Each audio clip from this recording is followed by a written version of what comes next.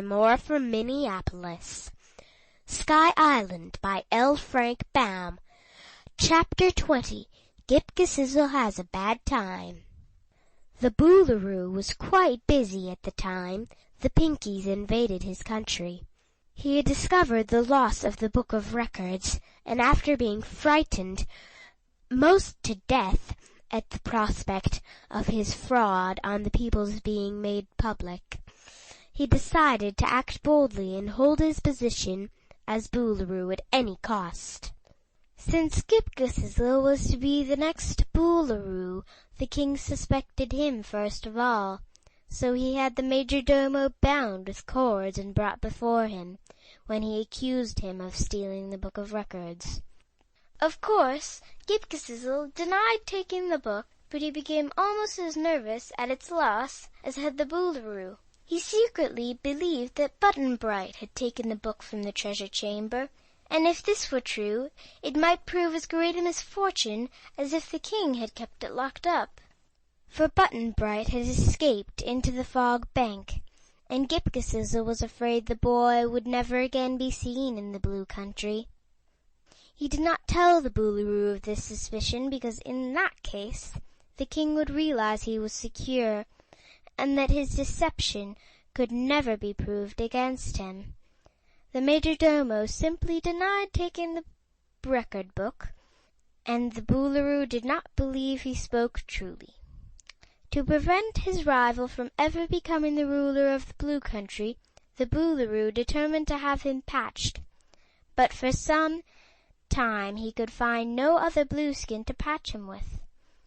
No one had disobeyed a command or done anything wrong, so the king was in a quandary until he discovered that a servant named Tiggle had mixed the royal nectar for Captain Bill, who had been ordered to do it at the time of his capture.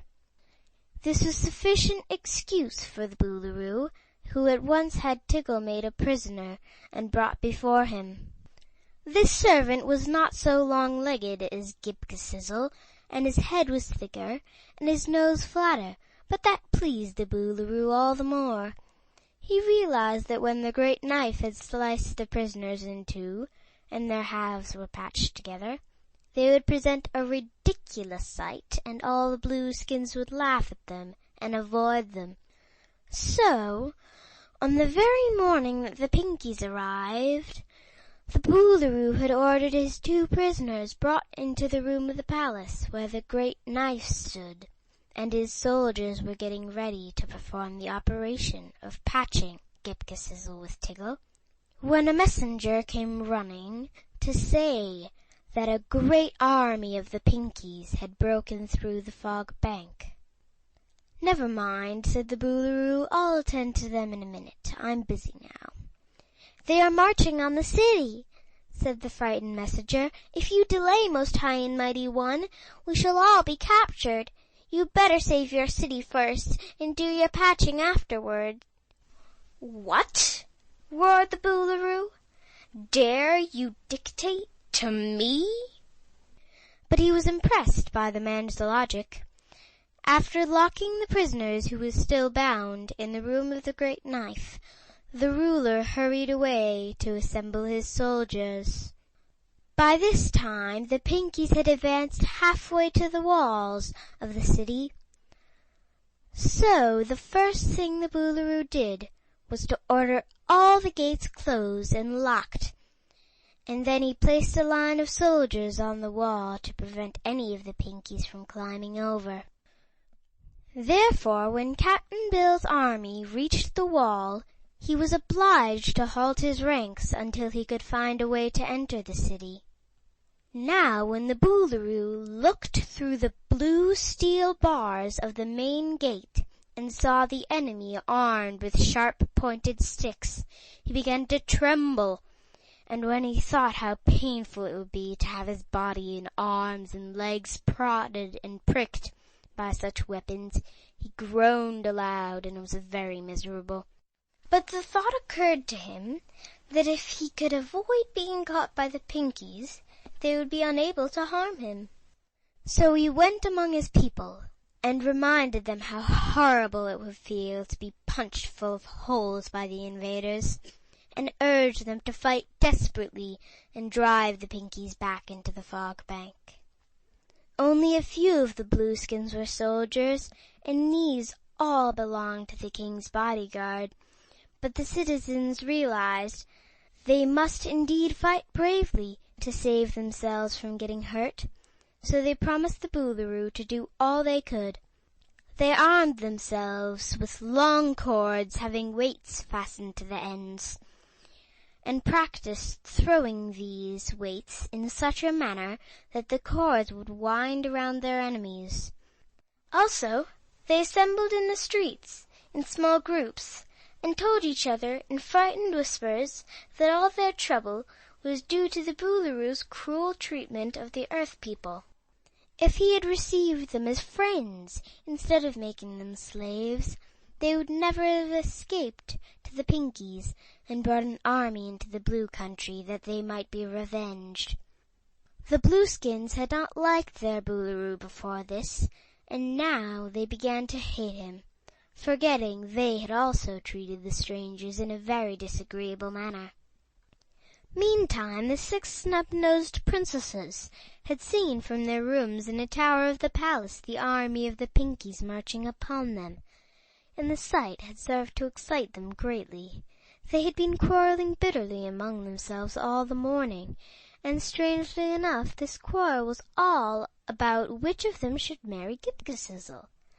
They knew that some day the Majordomo would become Boolooroo, and each one of the 6 had determined to marry him, so as to be the queen, and thus force her sisters to obey her commands. They paid no attention to the fact that Ghip-Ghisizzle did not want to marry any of them, for they had determined that when it was agreed who should have him, they would ask their father to force the man to marry. While they quarrelled in one room of the palace, Ghip-Ghisizzle was in danger of being patched in another room, but the 6 snub-nosed princesses did not know that. The arrival of the Pinkies gave them something new to talk about, so they hurried downstairs and along the corridors, so as to gain the courtyard and take part in the exciting scenes. But as they passed the closed door of the room of the Great Knife, they heard a low moan and stopped to listen. The moan was repeated, and being curious, they unlocked the door, the key having been left on the outside, and entered the room. At once the Pinkies were forgotten, for there upon the floor, tightly bound, lay Ghip-Ghisizzle, and beside him poor Tiggle, who had uttered the moans. The 6 princesses sat down in a circle, facing the captives, and Cerulean said, "Ghip, my dear, we will release you on one condition, that you choose a wife from among us, and promise to marry the one selected, as soon as the Pinkies are driven back into the fog bank." Ghip-Ghisizzle managed to shake his head. Then he said, "Really, ladies, you must excuse me. I'd rather be patched than mismatched, as I would be with a lovely snub-nosed wife. You are too beautiful for me. Go seek your husbands elsewhere." "Monster!" cried Indigo. "If you choose me, I'll scratch your eyes out." "If you choose me," said Cobalt in a rage, "I'll tear out your hair by the roots." "If I'm to be your wife," screamed Azure, "I'll make your obstinate face with my fingernails." "And I," said Turquoise passionately, "will pound your head with a broomstick." "I'll shake until his teeth rattle," shrieked Sapphire. "The best way to manage a husband," observed Cerulean angrily, "is to pull his nose." "Ladies," said Ghip-Ghisizzle when he had a chance to speak, "do not anticipate these pleasures, I beg of you, for I shall choose none among you for a wife." "We'll see about that," said Indigo. "I think you will soon change your mind," added Azure. "I'm going to be patched to Tiggle here, as soon as the Boolooroo returns," said Ghip-Ghisizzle, "and it's against the law for a patched man to marry anyone. It's regarded as half bigamy." "Dear me," cried Cobalt, "if he's patched, he never can be Boolooroo." "Then he mustn't be patched," declared Sapphire. "We must save him from that fate, girls, and force him to decide among us. Otherwise none of us can ever be the queen."